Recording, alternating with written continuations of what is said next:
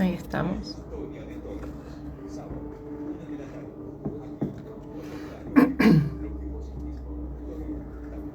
Lo sentimos nosotros. Bueno, vale. Yo esto no lo voy a utilizar. Una en punto. Excelente. Te la puse delante a la rueda mocha.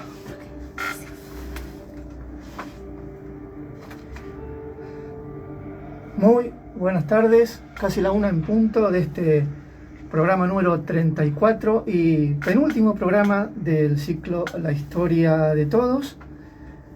Hoy vamos a hablar un tema interesante, curioso, peculiar, que raya, digamos, para algunos lo tenebroso, pero tiene mucho que ver con la cultura, el culto a la muerte, las religiones, las creencias, prácticamente pasando por todas las civilizaciones, de la antigüedad hasta inclusive la actualidad. Muy buenas tardes, Sol. Buenas tardes, Gustavo. Buenas tardes a todos nuestros oyentes de La Historia de Todos. Como muy bien decía mi compañero, será el anteúltimo programa antes del receso de verano, esas vacaciones y ese descanso tan esperado en un año tan controversial, polémico, lleno de contrariedades. Te acercamos hoy a un programa diferente, no nos vamos a estar dedicando a la historia argentina, tampoco vamos a estar hablando de filosofía, aunque sí estaremos hablando de creencias que envuelven la muerte.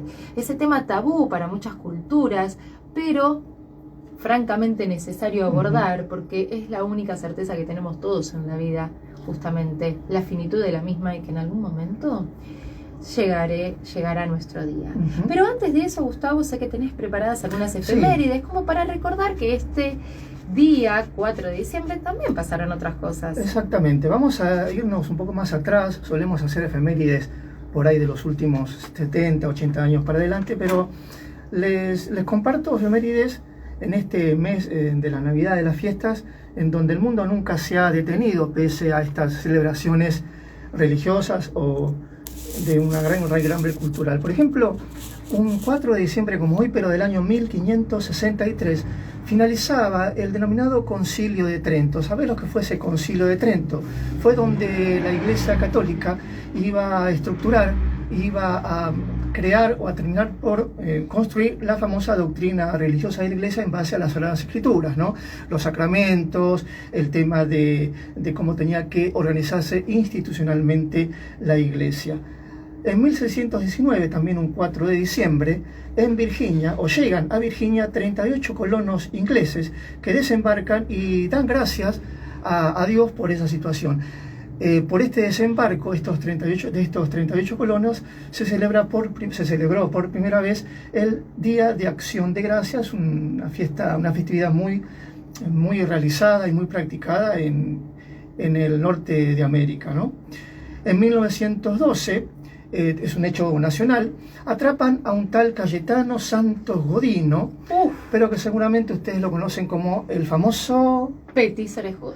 Exacto, y lo encuentran después de haber asesinado a su cuarta víctima, que había sido un niño de 3 años, y muchos recuerdan la manera en cómo lo capturan. Era tan morboso este muchachito que decidió ir al velatorio de este niño para ver cómo había sido terminada su acción macabra. Un testigo lo reconoce, claro, de haberlo visto que salía de ese galpón, lo toman prisionero y lo condenan a la conocida cárcel o el penal de Ushuaia.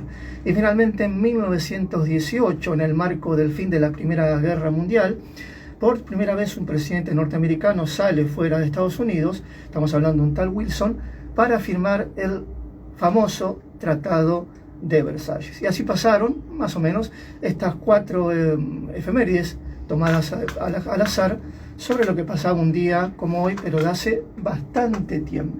Vamos a detenernos en 2 efemérides que a mí particularmente me dan mucho interés. Primero, lo de Acción de Gracias. Sí.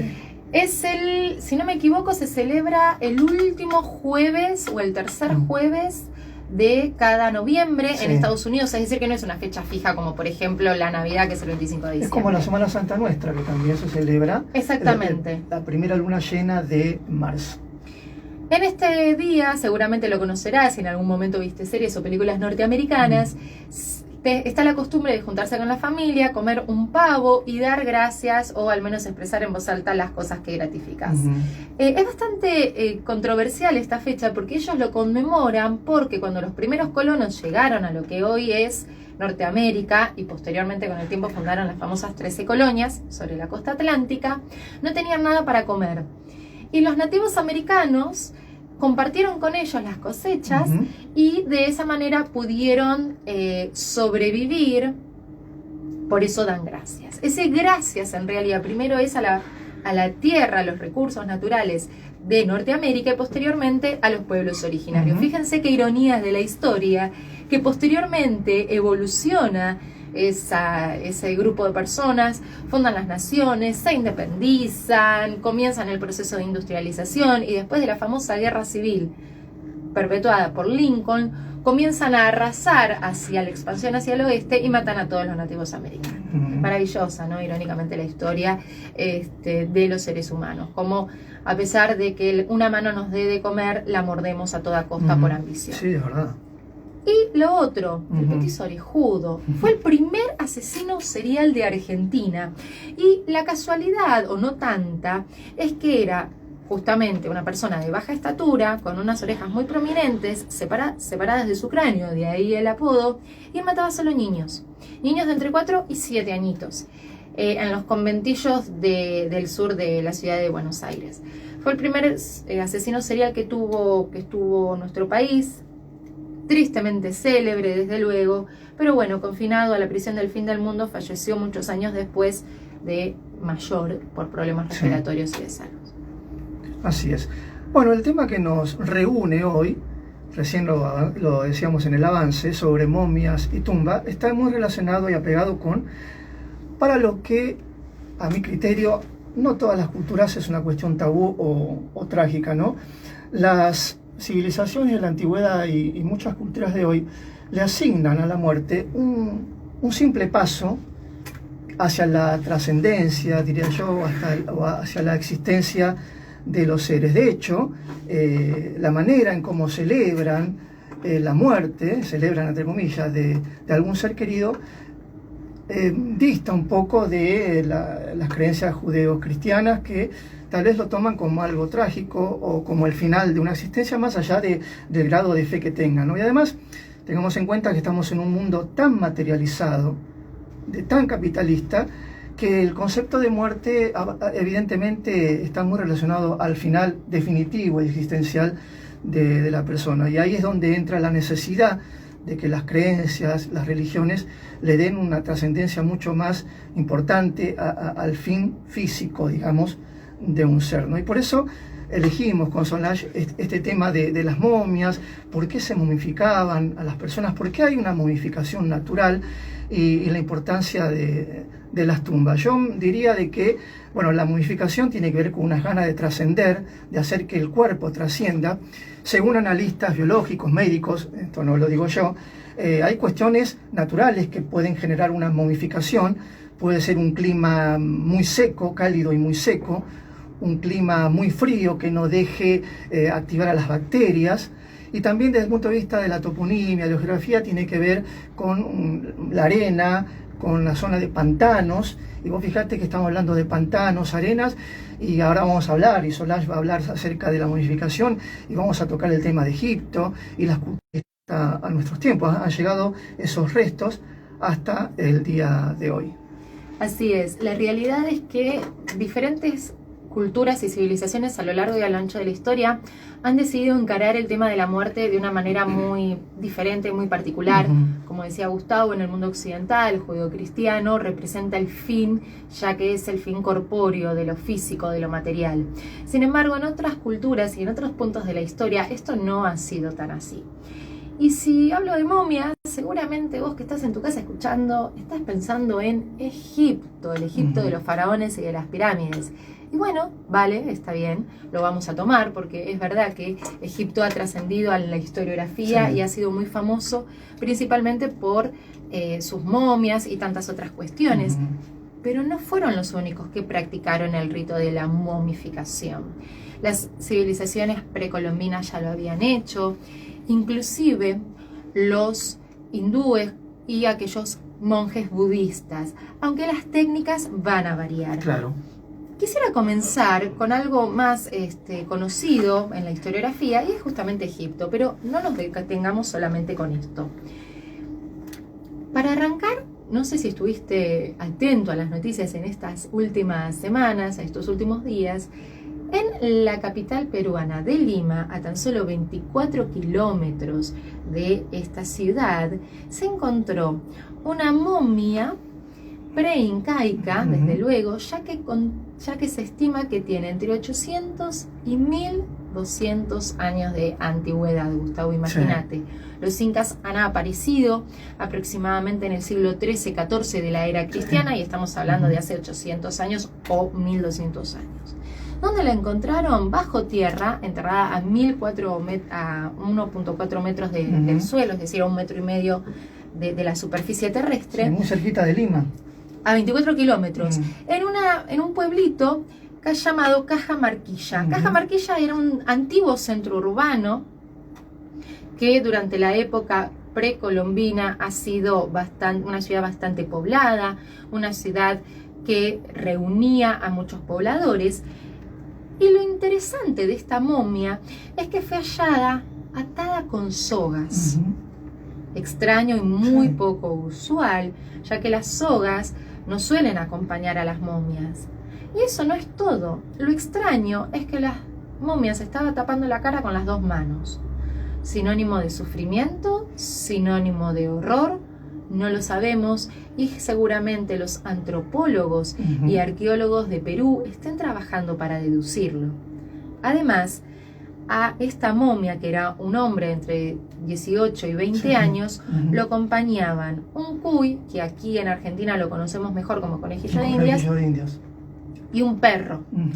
No estaban momificados estos 2 animales, y además había maíz y otras verduras que acompañaban esta momia.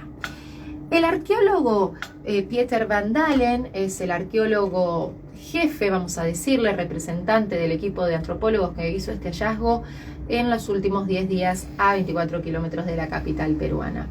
Es decir, que el pasado nunca deja de estar entre nosotros. La historia está presente en cada hallazgo, en cada nueva expedición arqueológica. Esta frase con la que solemos cerrar nuestro programa con Gustavo, la historia no es pasado, es puro presente, queda evidenciada a través de este hallazgo de esta momia. Sí, porque además el hecho de hallar una momia también echa por tierra o confirma ciertas teorías. Por ejemplo, se ha sabido definitivamente con estos hallazgos, como este también, que a través del análisis de ADN se puede saber concretamente cómo fue el poblamiento de América a través con estas personas. Es decir, el ADN descubrió que han venido de Alaska. Si bien es una teoría que ya conocíamos todo, esto termina por refutarlo y confirmarlo, ¿no? Exactamente. Y si hablamos de momias, no quiero dejar pasar el caso. Más adelante Gustavo entrará en el tema de las momias incas, que son asombrosas y maravillosas, que las puedes visitar en el Museo de Alta Montaña de Salta. Pero no quiero dejar de hablar del famoso Tutankamón y Howard Carter. Sí, es el más conocido. Emblemático, ¿no es cierto? En la historia gobernó nada. Nada. No fue muy importante. Es que Tutankamón falleció a la tierna edad de 18 años por un montón de problemas congénitos, ya que su madre y su padre eran hermanos. Sí, ya sé, del otro lado te estarás pensando, pero ¿cómo es posible esto? Déjame contarte que en el antiguo Egipto y también en muchos otros países y reinos, hasta inclusive de la Edad Media y moderna, era muy habitual los casamientos endogámicos, es decir, entre miembros de la misma familia.